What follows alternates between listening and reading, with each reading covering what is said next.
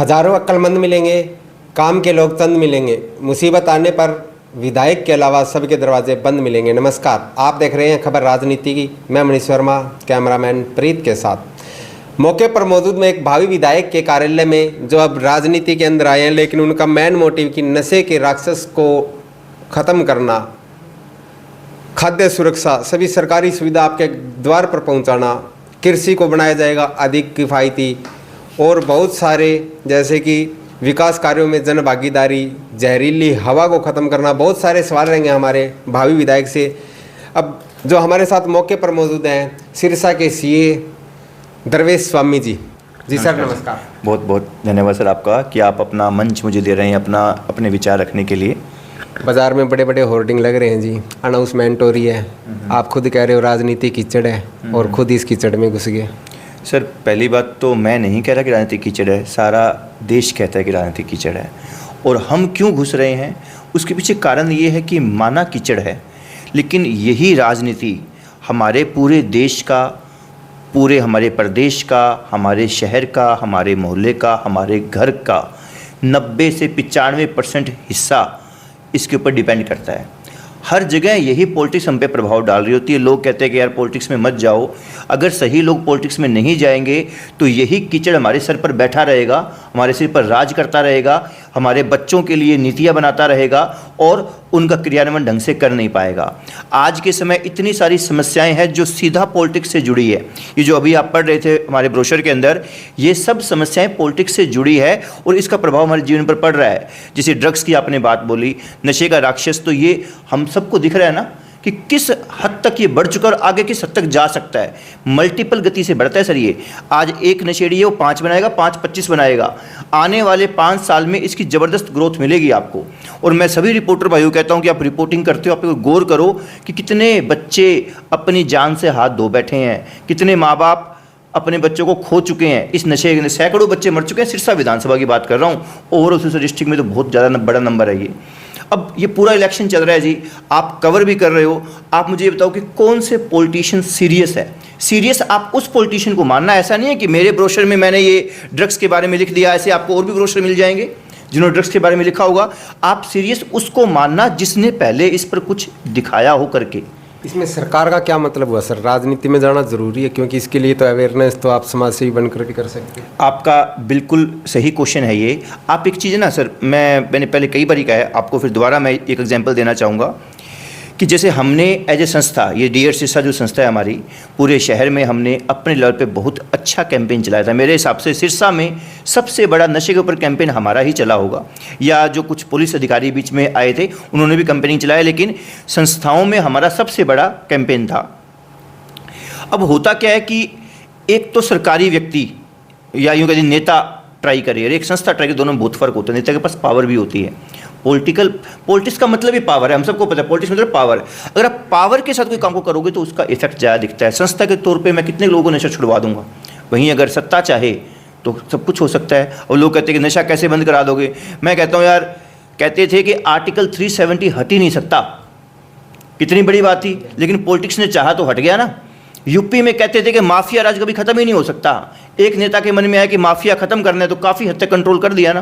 तो ऐसी कोई चीज़ नहीं है कि जो पॉलिटिक्स चाहे और हो ना सके।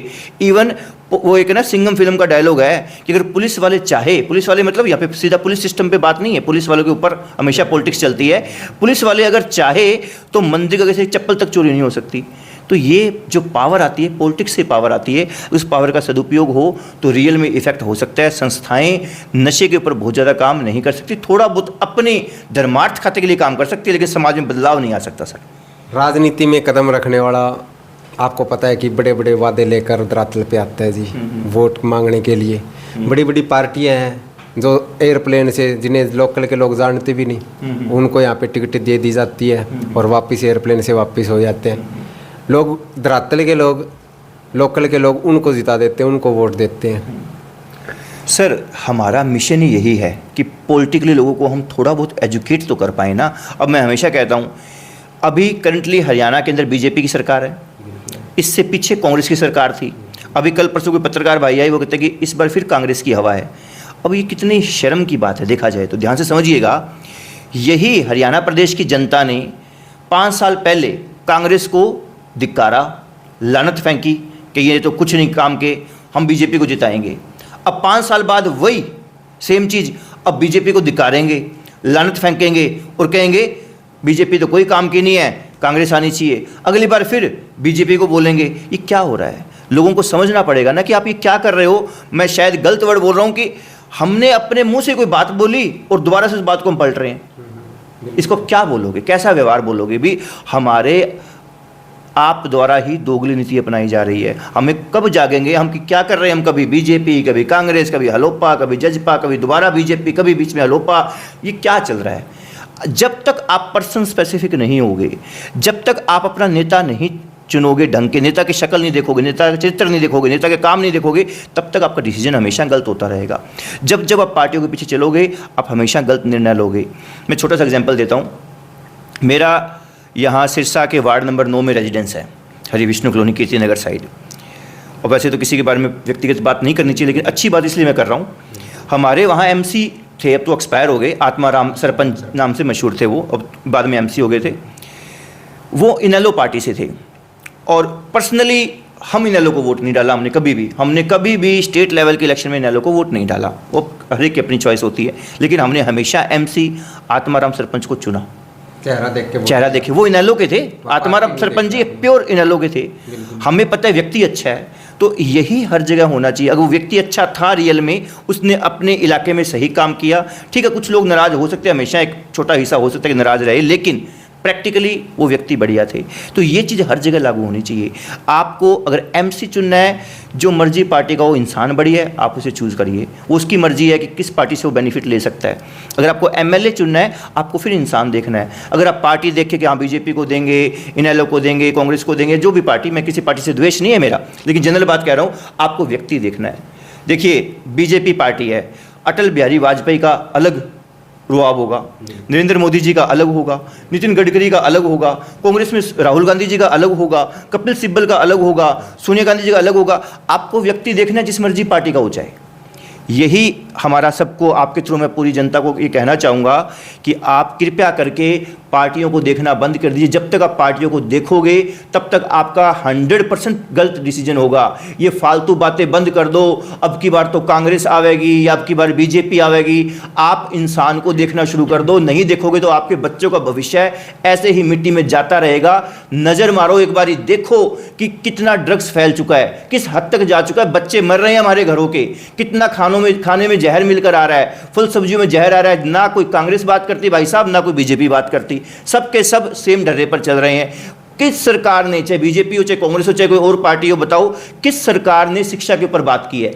कोई है, कोई दिखता नेता आपको जो शिक्षा के ऊपर बात करो कि हाँ भाई मैं यूनिवर्सिटी जाके शिक्षा में सुधार लेके आऊँगा, मैं मीटिंग करूँगा यूनिवर्सिटी जाके, ये एमए एमकॉम एमएससी करे बच्चे क्यों बेरोजगार घूम रहे हैं? कोई भी व्यक्ति बात नहीं कर रहा। आप कृपया करके, आपके पास मौका है। मैं ये नहीं कहता कि मैं बहुत अच्छा इंसान हूँ, देखो हर व्यक्ति अपने आप को अच्छा समझता है। मैं ये बात बोलूँगा तो बड़ी बेमानी सी है कि खुद की तारीफ करने वाली बात है, लेकिन मुझे ये पूरा विश्वास है कि मेरी नीयत बिल्कुल साफ़ है। पहली बारी कोई आप जैसे घरों से, आम घरों से उठ के व्यक्ति हिम्मत कर रहा है कुछ अच्छे मुद्दों के लिए, आपको साथ देना चाहिए। अगर आप अब भी साथ नहीं देते तो आज के बाद आपको ये डिस्कशन करने का राइट नहीं है कि यार पॉलिटिक्स में कोई पढ़े लिखे लोग तो आते ही नहीं, यार पॉलिटिक्स में तो कोई आम जनता से लोग तो उठ के आते ही नहीं, ये सियासी लोग ही राज करे जा रहे हैं। अब आपके पास मौका है, आपके सामने सियासी लोग भी हैं और आपके बीच में से भी उठे हुए युवक हैं, आपके घर के बच्चे भी हैं। देखते हैं, ये हमारे पूरे शहर का टेस्ट है कि हम लोग किसका साथ देते हैं। हमें वही लोक लुभावनी, वही आडंबर पसंद आता है या हम व्यक्ति विशेष पर विचार करते हैं। बड़ी बड़ी पार्टियां गारंटी भी लेके आई हैं, मोदी की गारंटी, कांग्रेस की गारंटी। आपकी क्या गारंटी है कि जो आपने वादे किए हैं ये आप निभाओगे? देखिए सर, ये जो गारंटी वर्ड होता है ना, ये बेवकूफ़ी वाली बात है। फ्रेंकली एक बात बताइए, भविष्य में क्या होगा वो भविष्य गर्व ही डिसाइड करता है। आपको सिर्फ इंसान की नीयत देखनी होती है। मैं आपके व्यूअर्स को भी कहना चाहूँगा कि आप किसी की गारंटी मत पढ़ो। आप देखिए, एक चीज़ सोचिए, आप अपने घर के बच्चे का रिश्ता करते हो, कन्यादान करते हो, बेटी का, बहन का, आपको उस लड़के की गारंटी नहीं होती। आप कहते हो इसके माँ बाप क्या करते हैं देखते हैं, इसके लड़के के दोस्त कैसे हैं ये देखते हैं, इसका चाल चलन कैसा है, ये चीज़ देखते हैं, ये सब चीज़ें देखते हो ना। तो ये चीज़ आप यहाँ पॉलिटिक्स में क्यों नहीं देखते? आप देखो जो भी नेता जिसको आप चूज़ करने जा रहे हो उसके साथी कैसे हैं। आप नज़र मारो कि इस पॉलिटिशियन जो भी नेता है उसके आसपास किस तरह के लोग हैं। क्या वो सही करैक्टर के लोग हैं या लालची लोग घूम रहे हैं? अगर युवा घूम रहे हैं तो युवा किस तरह के युवा है? समझदार युवा दिख रहे हैं या फिर कोई खुद नशे में लिप्त युवा दिख रहे हैं? आपको आपके नेता का करैक्टर असेस करना पड़ेगा, करैक्टर को देखना पड़ेगा। हाँ, अगर कोई सियासी लोग हैं, मतलब उसके माँ बाप, उसके दादा दादी, नाना नानी अगर सियासत में रहे हैं तो अब उनको भी सर्च करो कि जब वो लोग सियासत में थे तो उन्होंने कितना बड़ा इफेक्ट लेकर आए थे। अगर किसी ने राज किया है सिरसा पर तो उनके राज में क्या फ़र्क आया था। या अभी अभी लेट्स सपोज कि हम गोपाल कांडा जी की अगर बात करें तो अभी अभी पिछले 5 साल राज किया है ना, तो इस बार आपको सोचना चाहिए कि पिछले 5 साल उन्होंने क्या किया। अगर काम किया तो आप बिल्कुल उनको मौका दो, अगर काम नहीं किया फिर भी अगर आप उनको वोट डालते हो तो ये आपके मती द्वारा होने वाले मतदान के ऊपर क्वेश्चन खड़ा करता है कि आप अपना मतदान अपनी मती से कर रहे हो या नहीं कर रहे। भारतीय जनता पार्टी बहुत सारे वादे कर कर राजनीति में आई थी और लगभग बहुत सारे वादे उनके अभी तक पूरे नहीं हुए। जैसे बात करें, हमारा न्यूज़ चैनल पुलिस विभाग को समर्पित है। पुलिस विभाग के लिए वादा किया था कि हम पंजाब, हमारी सरकार आने के बाद पंजाब की तर्ज पर वेतन करेंगे। पंजाब पुलिस को जो वेतन मिलता है हरियाणा पुलिस बहुत कम मिलता है। क्या कहना चाहते हैं सर? पुलिस विभाग पर तो मेरी सही बताऊँ बहुत सारे इमोशंस हैं जो मैं बहुत बारी जाहिर करना चाहता हूँ, लेकिन बस मुझे मौका नहीं मिलता, मुझे मतलब एक तरह से समझ लो प्लेटफॉर्म नहीं मिलता। अब अगर आपने क्वेश्चन पूछा, अभी तक किसी ने क्वेश्चन नहीं पूछा मेरे से, सही बताऊँ तो बहुत सारे रिपोर्टर्स आए हैं। अब पुलिस विभाग के साथ पता है क्या सर, देखो मेरा ये मानना है कि अगर आप किसी का आत्मसम्मान गिरा दोगे ना तो उसके बाद उस व्यक्ति को उठाना बड़ा मुश्किल हो जाता है।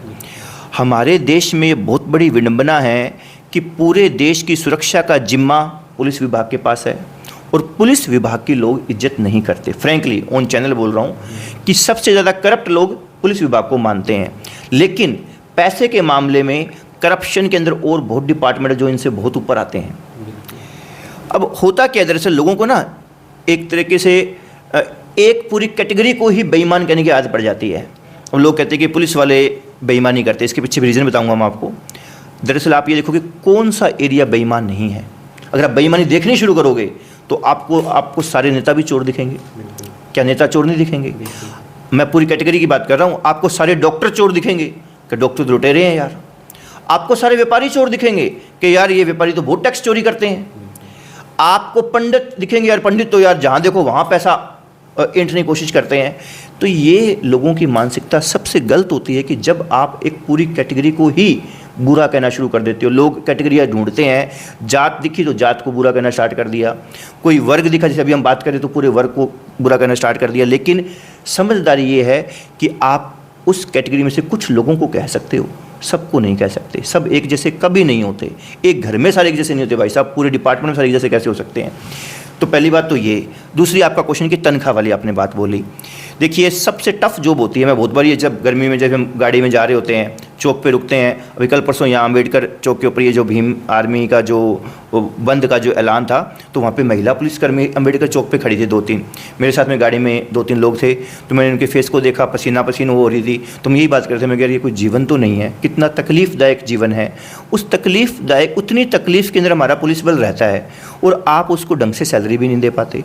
तो मेरा तो ये पूरा विश्वास है और मैं कहता हूँ कि मैं जब सत्ता में आऊँगा तो मैं अपनी तरफ से पूरी प्रयास करूँगा कि पुलिस वाले को अच्छी सैलरी मिलनी चाहिए, अच्छे भत्ते मिलने चाहिए। जैसे अभी आपने कांग्रेस की अपने पंजाब की बात की कि पंजाब सरकार ने या पंजाब की जो सिस्टम है जो पुलिस वालों को जो सैलरी देते हैं, अच्छी सैलरी देते हैं, हमें भी उसी हिसाब से सैलरी देनी चाहिए। लेकिन उनका कोई ऐसा नहीं कि उतनी देनी है, आप उससे ज़्यादा भी दे सकते हो, जो आपको ठीक लगे वो सैलरी देनी चाहिए, भत्ते ज़रूर मिलने चाहिए। जितना ज़्यादा तकलीफ दे काम होगा उसी हिसाब से पुलिस वाले का अलाउंस भी होना चाहिए। तो ये तो आपकी बात बिल्कुल सही है कि पुलिस वालों का आत्मसम्मान बढ़ाने की बहुत ज़्यादा ज़रूरी है। अगर हम उनका आत्मसम्मान नहीं बढ़ाएंगे, हम उनको बारी बारी बेगैरत नज़र से देखेंगे, जनता भी उसी हिसाब से देखेगी, तो पुलिस कैसे ढंग से काम कर पाएगी जी। आत्मविश्वास तो बढ़ाना ही पड़ेगा आपको उनका। आपके इसी सवाल से एक सवाल निकल के आया है जी, पुलिस के बारे ही है। अब आप नॉमिनेशन भरोगे, हाँ जी, तब भी आपको एक पुलिस एक दो सिक्योरिटी के तौर पे मिलेगी। उसके बाद इलेक्शन होंगे, पुलिस की सिक्योरिटी के अंदर इलेक्शन होंगे पूरे हरियाणा में। आप विधायक बनोगे तो आपके आगे पीछे भी पुलिस की गाड़ियाँ चलेंगी, बिल्कुल। लेकिन इसके अंदर पुलिस का कोई भी वादा नहीं है जी, वो क्यों नहीं है? देखिए सर, इसके अंदर हमने केवल वो वादे किए जो वादे हम पूरे कर सकते हैं फ्रैंकली, क्योंकि हम क्या है इंडिपेंडेंट विधायक हैं। अब इन विधायक का इलेक्शन लड़ रहे हैं। अब इंडिपेंडेंट के अंदर अगर हम मैं ऐसी बात कह दूं, फिर वही बात हो जाएगी गारंटी वाली। जब भी आपने बोली कभी गारंटी दो, तो मैं ये जरूर कह सकता हूँ कि भाई साहब, पुलिस वाले जितने भी हैं मैं उनकी इनकम टैक्स रिटर्न में राहत दूंगा, ठीक है, उसकी फ़ीस कम लूँगा, ये मेरे हाथ में है। मैं ऐसी बात मुंह से नहीं बोलूँगा कि जो बात मेरे से हो ना सके। देखिए मैंने इसमें क्या लिखा, मैंने इसमें लिखा नशे के ऊपर। अब नशे के ऊपर मुझे पता है कि मैं अकेला क्या कर सकता हूँ।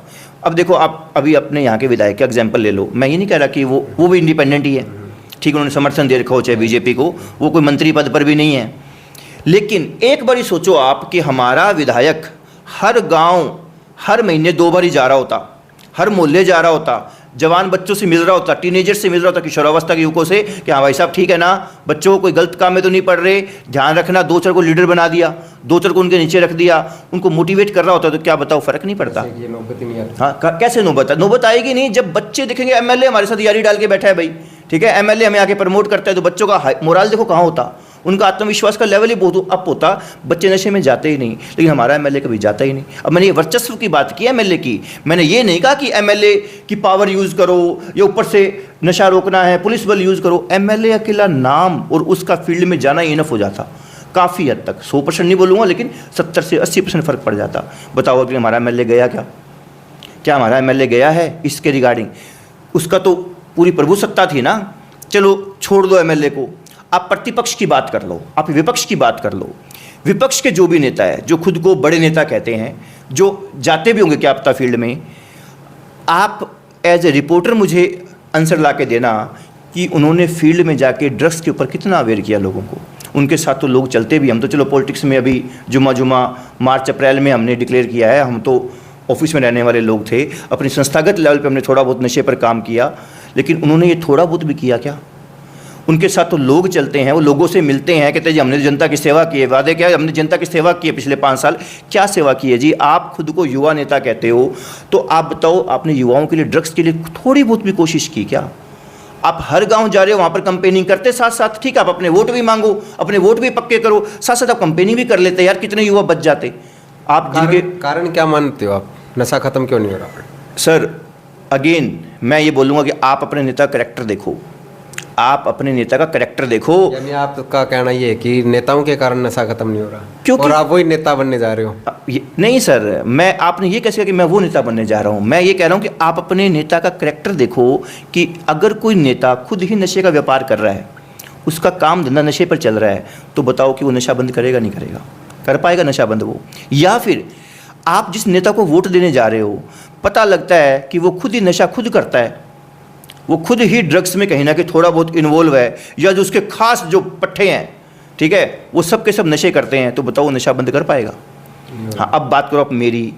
मैंने आज तक, ठीक है, मैं कोई यूं नहीं है कि मैं शराब पीने वालों को कमेंट कर रहा हूँ, लेकिन मैं आज तक शराब की टेबल पर भी कभी नहीं बैठा। कोई फोटो दिखा देना कभी किसी बाइक टेबल पे थोड़ी बैठा जाता, कुर्सी पे बैठा जाता। अरे मतलब कहने का मतलब टेबल पे शराब पड़ी हो और हम उस टेबल को हमने ज्वाइन किया हो। मैं आज तक कभी नज़दीक नहीं गया, मैं कभी किसी ठेके पर रुका नहीं, इसके अलावा भी आप कभी किसी नशे के अंदर कभी गए नहीं। तो आप ये विश्वास कर सकते हो। अच्छा, मेरी बात नहीं है, जो मेरे साथी, मैंने कहा साथी भी देखो, आप मेरे साथी देखो, वो किसी, ठीक है, ड्रिंक तो करते होंगे कुछ लोग, हो सकता है ड्रिंक, मैं ड्रिंक का सिर्फ एग्जांपल दे रहा हूँ। नहीं आता सर, नहीं आता, बात ड्रग्स की हो रही है। छोटे छोटे नशे, इससे कुछ नहीं होता। मैं सिर्फ एग्जांपल दे रहा हूँ कि ड्रग्स से घृणा है, नशे के प्रति घृणा का मनोभाव रखने वाले हम लोग हैं। हम लोग ड्रग्स के अंदर नहीं जाएंगे।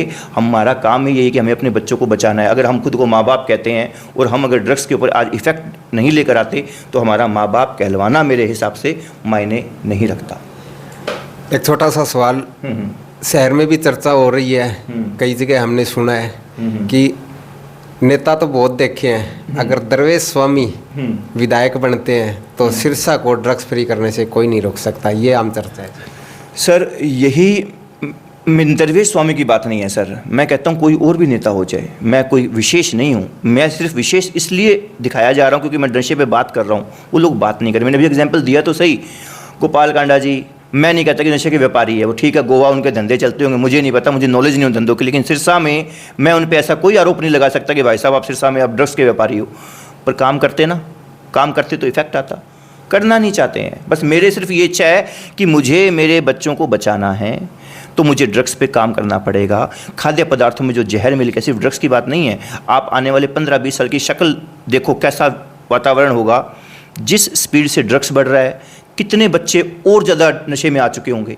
जब बच्चे नशे में आ चुके होंगे तो बताओ, ये जो जितनी चैन स्नैचिंग हो रही है, ये कोई साइकिल चोरी कर ली, कान की बाली उतार ली, गले की चैन चोरी करके भागी, ये केस कितने बढ़ जाएंगे बताओ, क्या हाल होगा वातावरण का। अच्छा, जब इतने युवा नशे में आ गए तो बताओ, खेतों में काम करने वाले युवा बचेंगे, दुकानों पे लगने वाले लड़के बचेंगे, जितने मिस्त्री है मिस्त्री बचेंगे, तो बताओ इकोनॉमी का क्या होगा, घर कैसे चलेंगे। मतलब एक तरह से नरक पैदा हो जाएगा। सिर्फ ड्रग्स यूँ नहीं है कि किसी को लत लग गई और वो मर गया, इतनी पे बात खत्म नहीं होती है, बात है कि पूरा समाज खत्म होता है। इसको लोग देख नहीं पा रहे हैं और पॉलिटिशियन ने तो बिल्कुल अपनी आंखें बंद कर रखी है। बस इस मुद्दे पर ही हमारा प्राइमरी मुद्दा इसी कारण है। सेम खाद्य सुरक्षा का भी बहुत बड़ा मामला है, हम गौर नहीं कर रहे हैं। आज हम सब तो हट्टे कट्टे बैठे हैं। हमारे शरीर जब बने, जब हम छोटे थे, जब हमारी बॉडी बिल्ड हो रही थी, उस समय हमने अच्छा खाया, अच्छा पिया, अच्छी हवा में सांस लिया। लेकिन जो हमारे बच्चे हैं छोटे छोटे, 2 साल 4 साल, हम उनके साथ क्या कर रहे हैं? उनका तो शरीर बन रहा है ना, बताओ कैसा शरीर बना रहे हैं। अब अक्टूबर के अराउंड देखो, ये जब स्मोक आएगा, धुआं प्लस धुंध, हम कहेंगे ले बेटा इसमें सांस ले। तो इसमें राजनीति में आके आवाज़ आप कैसे करोगे? राजनीति में होगी सर। जो इशू है, जिनके कारण से ये स्मोक बनता है, उन स्मोक के ऊपर बताओ आप कितना धुआं कंट्रोल कर लोगे? पॉलिटिक्स के पास पावर है, उसके पास इलाज है। लेट्स सपोज पराली का इशू है, अब पराली से क्या भी कहीं ना कहीं पराली का कारण बनती है। अब पॉलिटिशियन के नाम नहीं लेता, उसको पता है कि किसान नाराज हो जाएंगे। अरे भाई, किसान को नाराज क्यों करना है? तुम इसका इलाज निकालो ना, कि किसानों को जो नुकसान होता है, भी किसान पराली जलाते हैं, अपनी खेत की मजबूरी में जलाते हैं, जो उनकी टाइमिंग है, जो भी है, आप उस प्रॉब्लम का इलाज निकालो, आप उस पर प्लानिंग करो।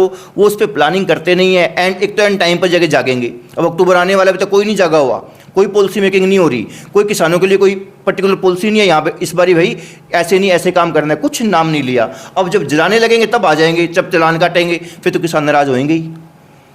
आप पर्टिकुलर एग्रीकल्चर डिपार्टमेंट से प्लानिंग करो। अभी पराली का इंतजाम दूसरी तरीके से करना पड़ेगा। पराली एक एग्जाम्पल है, और भी बहुत सारे कारण बनते हैं उस समय स्मोक बनने की, उनमें प्लानिंग होगी। प्लानिंग करेगा कौन? नीति बनाने काम किसका? राजनीति क्या कहती है? नीति नियम से राज करना। अभी राजनीति का मतलब तो क्या आज के दिन, हाँ भाई यहाँ जोड़ तोड़, साठ गांठ, जाति धर्म ये कर लो, उसको पॉलिटिक्स करने लग गए। राजनीति तो असली उन्हीं के लिए है कि नीति नियम बनाओ भाई, फिर राज करो। तो इसके ऊपर सरकार ही करेगी, और हम और आप कैसे कर पाएंगे बताओ? आखिरी सवाल सर, हमारे दर्शकों से क्या अपील करना चाहते हो? आपके दर्शकों से एक बारी फिर से मैं यही अपील करूंगा कि अगर आप मतदाता हो, आप मतदान करने जा रहे हो, तो प्लीज़ पार्टियों को देखना बंद कर दो। पार्टी की कोई विचारधारा नहीं होती, विचारधारा इंसान के मन में विचार आते हैं। ये जो बातें चलती है ना कि फलानी पार्टी की फलानी विचारधारा है, एक बार सोचो भाई, कांग्रेस से 100 विधायक चले गए या 100 कैंडिडेट चले गए अपने बीजेपी में, तो क्या उनकी विचारधारा चेंज हो गई? किसी का मन इतना जल्दी बदल जाता है? या बीजेपी से 150 चले गए, इधर एग्जाम्पल दे रहा हूँ मैं, मुझे बीजेपी कांग्रेस से कोई मतलब नहीं है। मैं सिर्फ ये कहना चाह रहा हूँ कि पार्टी की विचारधारा, इस वर्ड को छोड़ दो। विचारधारा इंसान की होती है, और इंसान को चुनना स्टार्ट करो। कृपया करके पार्टियों की हवाबाजी के चक्कर में मत पड़ो। आप इतने सालों से आपकी पीढ़ियाँ ठगी जाती आई है सिर्फ इस विचारधारा के कारण। तो कृपया करके इस बारी वोट इंसान को देख के दो। अगर इंसान सही चुनोगे तो वो 100% इफेक्ट लाएगा। दूसरी एक बात और कहना चाहूँगा, सीधी सी बात, कि पार्टियों को चुन के आपने देख लिया होगा, आप हर बारी कभी बीजेपी कभी कांग्रेस ये करते ही आए हो। इस बार फिर वही उल्टी बात कर रहे हो कि पिछली बार कोई और पार्टी, इस बार किसी और पार्टी को वोट देंगे। तो इस बारी कृपया करके बंदे को देख के भी देख लो। एक बारी मतदान में व्यक्ति को भी देख के आप इस बारी कृपया करके अपना मतदान करें, और जितना हो सके सोच समझ कर मतदान करें। बहुत बहुत धन्यवाद सर आपका। तो ये थे हमारे साथ सिरसा से भावी विधायक, जो विधायक के चुनाव लड़ने की पूरी तैयारी कर चुके हैं, सीए द्रवेश स्वामी जी। इनका साफ साफ कहना है कि राजनीति में सिर्फ नशे के खात्मे के लिए और आजकल फैल रहे वायु प्रदूषण और समस्याओं के समाधान के लिए चाहे कोई भी काम हो, आपके सरकारी अफसर घर के दरवाजे पर आके करके जाएंगे। सवाल और भी थे लेकिन अगले इंटरव्यू में पूछेंगे। इसी के साथ मैं मनीष शर्मा, कैमरामैन प्रीत, खबर राजनीति की।